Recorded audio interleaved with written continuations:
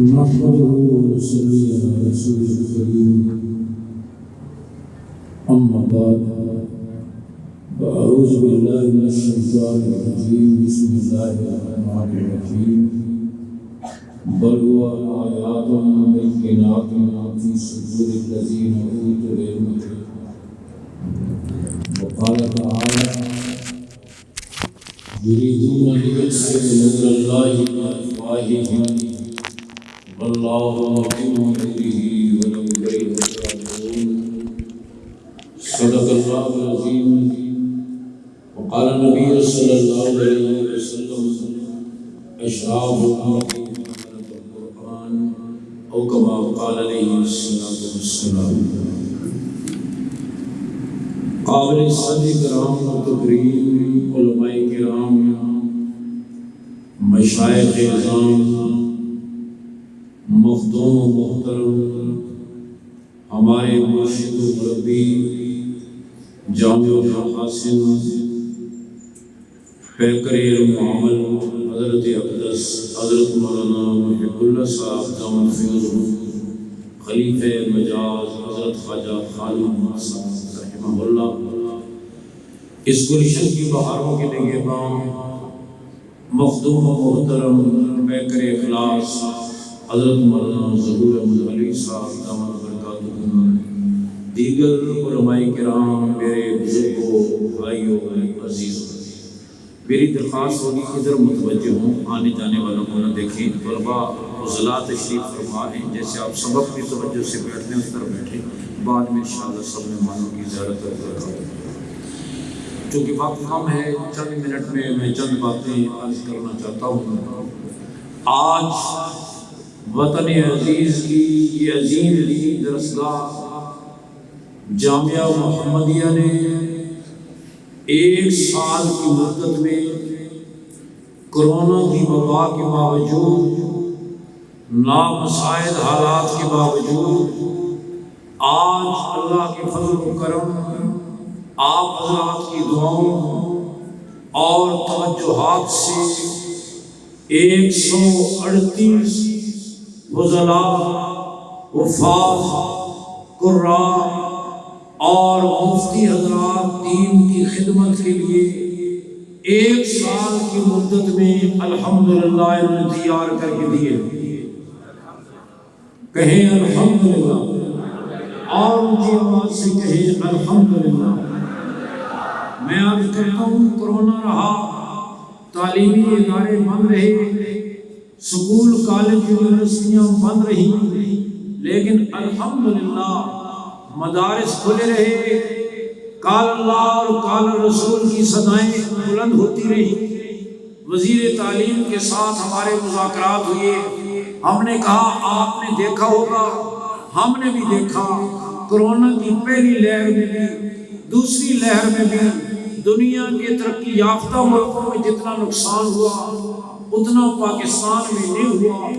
اس کی وجوہات اور بھی ہوگی، لیکن ہمارے نزدیک سب سے بڑی وجہ یہ ہے کہ یہاں مسجدیں کھلی رہی، تراویح ہوتی رہی، قرآن سنایا جاتا رہا، ذکر کی مجالس ہوتی رہی، دعوت و تبلیغ کا کام ہوتا رہا، مدارس میں قال اللہ اور قال رسول کی صدائیں بلند ہوتی رہی. وبائیں تو اللہ ہی بھیجتے ہیں اور اللہ ہی ان کو دور کرتے ہیں. یہ معصوم بچے صبح سحری سے لے کر رات گئے تک اللہ کے کلام کی جو تلاوت کرتے ہیں، اور یہاں مہمان رسول امام الانبیاء صلی اللہ علیہ وسلم کے ارشادات کو کبھی بخاری میں، کبھی مسلم میں، کبھی صحاح ستہ میں پڑھتے ہیں. یہ برکت ہے ان مدارس، خانقاہوں اور تبلیغی مراکز کی اور مساجد کی آبادی کی کہ یہاں نقصان کم ہو. الحمدللہ ان کی برکت سے. اب اگر آپ چاہتے ہیں، وہ کہتے ہیں بند کر دیں مدار، ہم نے کہا اگر آپ چاہتے ہیں کہ کرونا زیادہ ہو جائے تو مدارس کو بند کر دیں، اگر آپ چاہتے ہیں کہ کرونا ختم ہو جائے تو پھر مدارس کھلے رہیں. اس لیے کہ اس وبا کو روکنے کے لیے جو سب سے بڑی چیز ہے وہ اللہ کی رحمت ہے. ان مدارس اللہ کی رحمتوں کو آسمانوں سے ایسے کھینچتے ہیں جیسے مقناطیس لوہے کو کھینچتے ہیں. آپ سوچیں، غور فرمائیں، مدارس میں سردی کے موسم میں فجر سے بھی پہلے تقریباً 4 بجے طلباء کو اٹھا دیا جاتا ہے، لیکن وہ منظر آپ اپنی آنکھوں کے سامنے لائیں، ایک معصوم بچہ 7-8 سال کی عمر کا زمین پر معمولی سے بستر پہ سویا ہوا ہے، سردی کی وجہ سے وہ سکڑا ہوا ہے۔ میں یہ عرض کروں، ذرا تصور کریں کہ ایک بچہ دور دراز علاقے کا، اسی جامعہ محمدیہ میں مانسیرے کا، کرک کا، ڈیرہ اسماعیل خان کا، اپنے گھر سے دور، ماں باپ سے دور، سردی کے موسم میں وہ سکڑ کر لیٹا ہوا ہے۔ 4 بجے قاری صاحب آئے اور اپنی زوردار آواز میں کہا، عبداللہ اٹھو، دیر ہو رہی ہے سبق کو۔ عبداللہ کروٹ بدل کے پھر سو گیا۔ عبداللہ تو پھر سو گیا، دیر ہو رہی ہے، جلدی کرو، وضو کرو۔ عبداللہ آنکھیں ملتے ہی اٹھا، لڑکھڑاتے قدموں کے ساتھ وضو والی جگہ پہ پہنچا، وہاں پھر سو گیا۔ وہ عبداللہ تو پھر سو گیا، جلدی وضو کر۔ عبداللہ نے وضو کیا، آ کر تپائی کے سامنے بیٹھ گیا، قرآن مجید کھول کر وہاں سو گیا۔ اور عبداللہ تو پھر سو گیا۔ آپ سچ بتاؤ، اس معصوم بچے کی ادا پر اللہ کی نعمت کی بارش نہیں ہوگی؟ اور یہ تو میں ایک بچہ کہہ رہا ہوں، اس وقت پاکستان کے مدارس میں 10 لاکھ بچے اور بچیاں قرآن مجید یاد کر رہے ہیں۔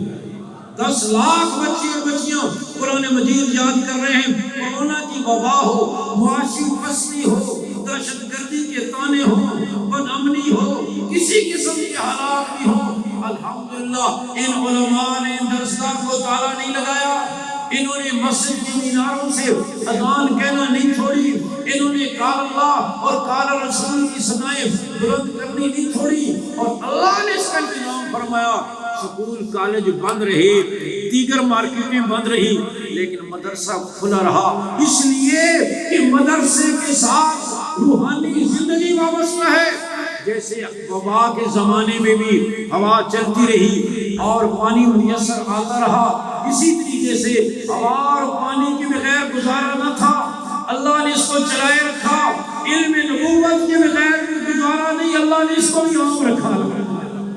اور آپ نے دیکھا ہوگا، غور کیا ہوگا، کبھی سوچا ہوگا، سکولوں میں، بیکن میں، آکسفورڈ میں، کیمبرج میں بھاری بھاری فیسیں، اور مدرسے میں کوئی فیس نہیں۔ آپ نے کبھی غور کیا ادھر اتنا مشکل کیوں ہے؟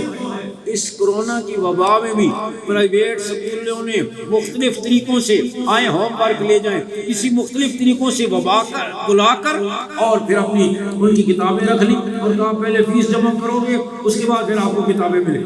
فیسیں انہوں نے وصول کی کہ نہیں، اگر فیس نہیں تو جاؤ۔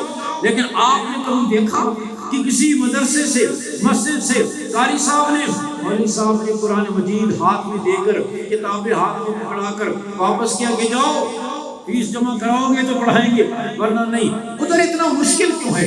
ادھر اتنا آسان کیوں ہے؟ کبھی ہم نے غور کیا؟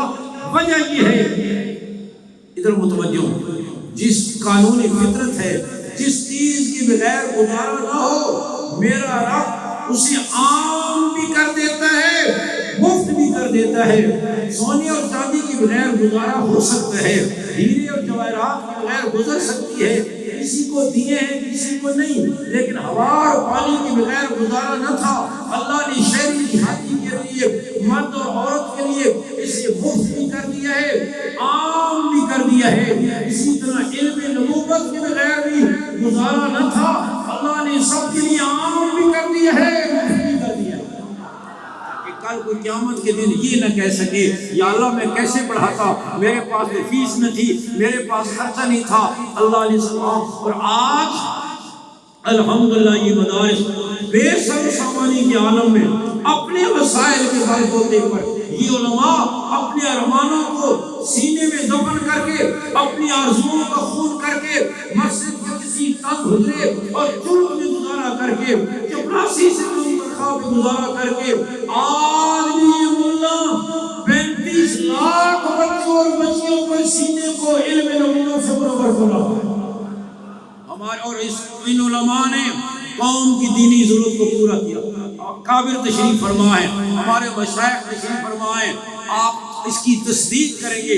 قوم نے ہمارے ذمہ، ان علماء کے ذمہ پاور پلانٹ لگانا، بجلی کی لوڈ شیڈنگ دور کرنا، کچی گلیاں پکی کرنا، سڑکوں کی مرمت کرنا، پل بنانا، بے روزگاروں کو روزگار دینا، مہنگائی کنٹرول کرنا، پیٹرول سستا کرنا۔ قوم نے یہ کام ہمارے ذمہ نہیں کیا۔ قوم نے ہمارے ذمہ عالم بنانا، حافظ بنانا، قاری بنانا، خطیب بنانا، مبلغ بنانا، مفتی بنانا، دینی رہنمائی کرنا، حلال اور حرام کی تمیز بتانا، یہ کام قوم نے ہمارے ذمہ کیا۔ سچ بتاؤ، اللہ کے گھر میں بیٹھے ہو، ضرورت پوری ہو رہی ہے یا نہیں ہو رہی؟ میں حضرت کے سامنے اپنا ایک سبق سنا رہا تھا۔ آخری بات میں آپ سے عرض کرتا ہوں جو آپ سے استاذ المحدثین حضرت اقدس حضرت مولانا سلیم اللہ خان رحمہ اللہ نے فارغ ہونے کے وقت فرمائی اور فرمایا، عزیز طلبہ، کبھی دنیا کی چمک دمک سے متاثر نہیں ہونا، کبھی دنیا کی چمک دمک سے متاثر نہیں ہونا۔ تقویٰ، الہیت، اللہ کی رضا، اس علم نبوت کے ساتھ وابستہ رہ کر ممبر و محراب سے اور تسبیحوں سے اپنی صداقت کی آواز بلند کرتے رہنا، اپنے مطالعے کو، علمی استعداد کو بھی بڑھاتے رہنا۔ یہ پگڑی اکابر کا اعتماد ہے، اس اعتماد کی لاج رکھنا۔ انشاءاللہ اکابر کی دعائیں ہوگی، اس جامعہ سے تعلق ہوگا، انشاءاللہ جہاں جائیں گے آپ ہی آپ ہوں گے، آپ کی وجہ سے زندگیوں کے رخ بدلیں گے، ماحول بدلیں گے۔ اللہ آپ کو اپنے والدین، اساتذہ کرام، اس جامعہ کے لیے صدقہ جاریہ بنائے، آنکھوں کی جنت بنائے۔ وآخر دعوانا الحمدللہ رب العالمین۔